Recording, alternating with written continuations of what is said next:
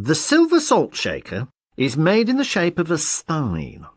In the old days in Russia, the closed cabinets, caskets and boxes in which dishes and delicacies were kept were called steins. Almost until the end of the 18th century, steins of various types and forms were widely used in the everyday culture of all classes, and later, almost until the beginning of the 20th century, they served as furniture and a place for storing food and salt, only in the folk environment. Steins usually stood in a prominent part of the house, so craftsmen always tried to decorate them with paintings or carvings.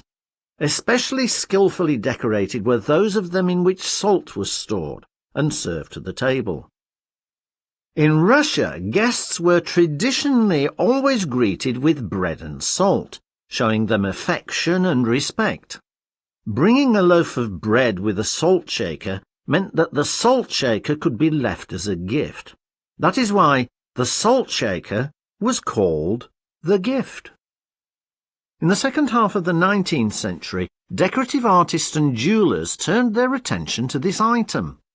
Salt shakers made of silver were especially popular. They were often presented as a gift. The salt shaker on display was made by an unknown jeweller in the 1880s, on honouring some important guest. The jeweller engraved the names of all donators on the inner surface of the lid. The salt shaker is decorated with a pattern made in the technique of champlevé enamel, which was widely used by jewellers of ancient Rus from the 11th to the 12th centuries.